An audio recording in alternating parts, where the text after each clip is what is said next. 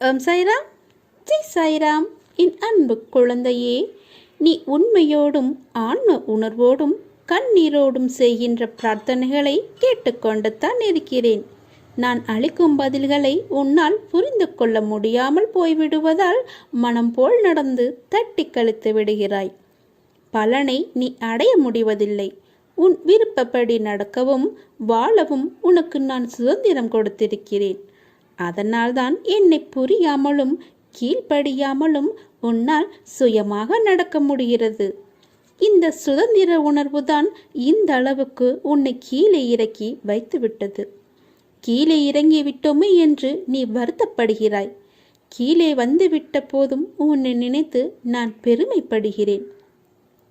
உனது இரக்க குணம், பிறருக்கு உதவும் மனோபாவம், இந்த நிலையிலும் பிறர் கஷ்டப்படுவதை காண சகிக்காத மனம் இருக்கும் இடத்திற்கு விசுவாசத்துடனும் நடக்க வேண்டும் என்று நினைத்து நடந்ததால் தான் இந்த நிலைக்கு இறங்க நேர்ந்தது என்று நினைக்கிறாய்.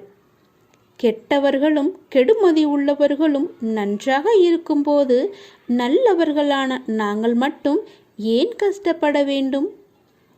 கஷ்டத்தை மட்டும் ஏன் கடவுள் எங்களுக்கு தர வேண்டும் என நினைக்கிறாய். உன்னை போல நல்லவர்களும் இப்படித்தான் புலம்புகிறார்கள். நல்லவர்கள் புலம்புவது தொடர்கதைதான்.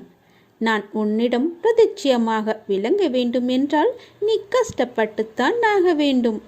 ஏனெனில் நான் நல்லவர்கள் மனதில் மட்டுமே என்னால் வாழ முடியும். இப்படி உன்னை கஷ்டப்படுத்தி வாழ்வதால் என்ன பலன் என்று நீ நினைக்கலாம். நான் உன்னை பக்குவப்படுத்த உனக்கு வரப்பிரசாதமாக கொடுத்திருக்கிறேன். இதை உன்னுடைய தகுதிக்கும் தாங்கும் சக்திக்கும் ஏற்பத்தான் நான் கஷ்டத்தை தருகிறேன். இதை உன்னால் சமாளிக்க முடியும் என்று தெரிந்த பிறகே கஷ்டம் வருகிறது. இப்போது நீ வேகமாக செயல்பட வேண்டும். நிறைய சிந்தனை செய்ய வேண்டும்.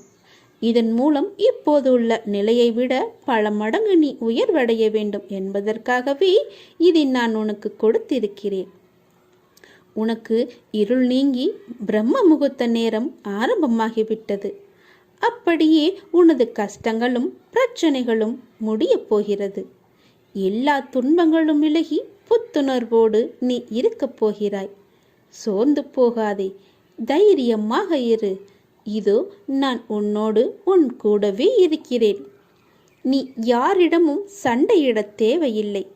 சற்று பொறுமையாக இரு. சண்டை போடவும் வேண்டாம். உனக்கான நேரம் கூடிய விரைவில் வரும். உன் சார்பாக அவர்களுக்கு நானே பதில் கூறுகிறேன். நீ பொறுமையாக மட்டும் இருந்தால் போதும். நீ அவர்களிடம் எதுவும் பேச வேண்டாம். உனக்கு ஏன் இந்த மனநிலை? உனக்கு எது நல்லதோ அதை மட்டும்தான் நான் செய்வேன். உன்னிடம் உனக்காக படைக்கப்பட்டதை நான் நிச்சயம் சமர்ப்பிப்பேன். வாழ்வது ஒரு முறைதான். அதை சந்தோஷமாக வாழு. யாருக்காகவும் நீ வாழ வேண்டிய அவசியமில்லை. உனக்கு யாரும் இல்லை என ஒருபோதும் நினைக்காதே. யார் சாயலிலாவது நான் உன் அருகில் வந்து நிற்பேன். உனக்கு கூடவே நான் இருப்பேன். உங்களை பற்றி அவதூறுகளை பேசுபவரை குழப்பத்தில் அச்சுறுத்தும் மிக வலுவான ஆயுதங்கள் உங்களின் மௌனமும் பொறுமையும் தான். தன்னிடம் இருப்பதே போதும் என்ற எண்ணம் வராதவரை நாம் தொடர்ந்து ஏதோ ஒன்றிற்காக அலைந்து கொண்டே தான் இருக்கின்றோம். எத்தனை கிடைத்தாலும் மனநிறைவு நிம்மதி அடைவதில்லை. நம்மிடம் இருப்பதை கொண்டு மனநிறைவு காணும் உள்ளம் இல்லையெனில் கோடி கோடியாக கொட்டினாலும் போதாதுதானே. ஒரு அறிஞரிடம் பணக்காரர் வந்து, ஐயா, என்னிடம் நிறைய செல்வம் இருந்தும் மனதில் கொஞ்சம் கூட நிம்மதியே இல்லை, என்ன காரணம் என்பது எனக்கும் புரியவில்லை என்று கேட்டார். அதற்கு அந்த அறிஞரோ பதில் சொல்லவில்லை.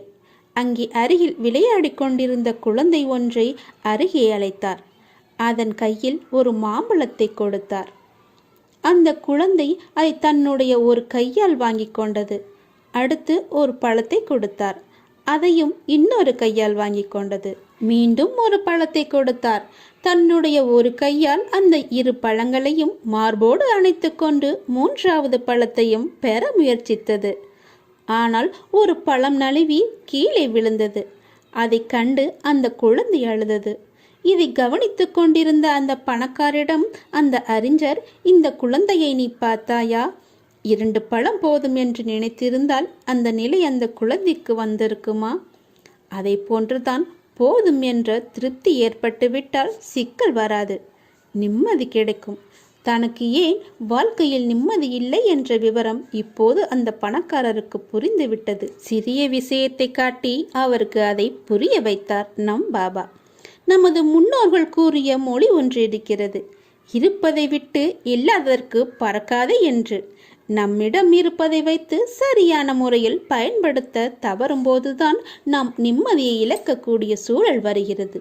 எனவே நம்மிடம் உள்ளதை வைத்து வாழ கற்றுக்கொள்ள வேண்டும். அது வாழ்க்கையில் மன நிம்மதியையும் அமைதியையும் ஏற்படுத்தும்.